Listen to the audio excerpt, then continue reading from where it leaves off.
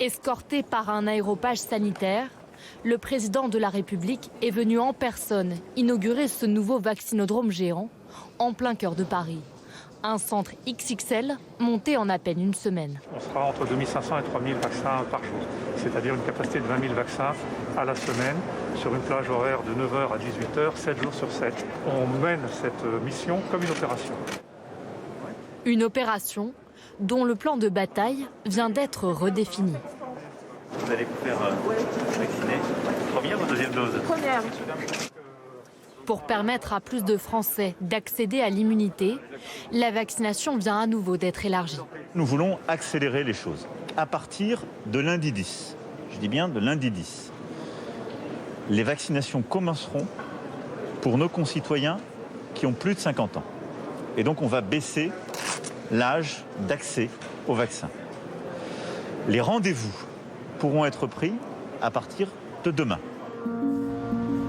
Le calendrier vaccinal prend de l'avance. Depuis ce matin, les 16-17 ans atteints de maladies graves rejoignent la liste des plus de 18 ans avec comorbidité qui peuvent déjà se faire vacciner. Lundi, ce sera au tour des plus de 50 ans sans comorbidité. Pour le reste des Français de plus de 18 ans, il faudra attendre le 15 juin, sauf si des créneaux de vaccination restent vacants. On veut optimiser et être sûr que toutes les doses seront pleinement utilisées. Et donc à partir de mercredi 12,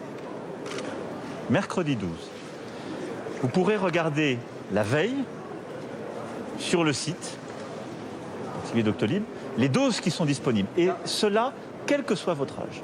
Et s'il y a, à l'endroit où vous êtes, des doses qui sont disponibles le lendemain, et donc des rendez-vous qui ne sont pas pris, ils seront ouverts sans limite d'âge.